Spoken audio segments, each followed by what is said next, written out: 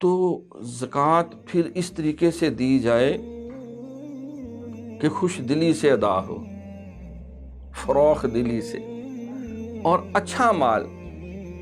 فرمایا کہ جسے تم خود پسند کرتے ہو، لن تنالوا البر حتی تنفقوا مما تحبون، تم نیکی کو نہیں پا سکتے، تمہیں نیکی مل نہیں سکتی جب تک پسندیدہ چیز خرچ نہ کرو۔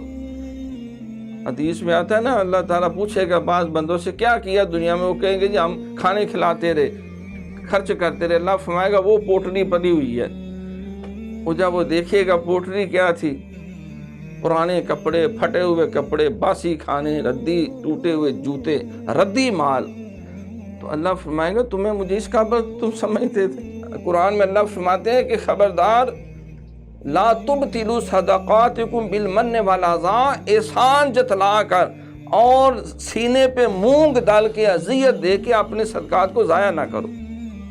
دائیں ہاتھ سے دو، بائیں کو پتہ نہ چلے۔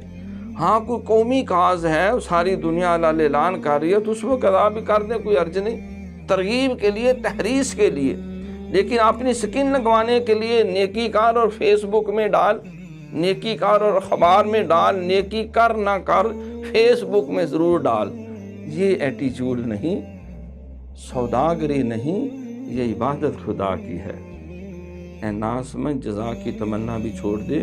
یہ میرا ذاتی تجربہ بھی ہے، میں نے مشاہدہ بھی کیا، دیکھا بھی ہے کہ جو اللہ کی رضا کے لیے دیا جاتا ہے یہ سارے وعدے اس کے لیے ہیں۔ جو ہم نیوندرا ڈالتے ہیں، جو ہم گیو اینڈ ٹیک کا ٹارگٹ رکھتے ہیں، پاجی دیتے ہیں، آج دینی ہے کل لینی ہے،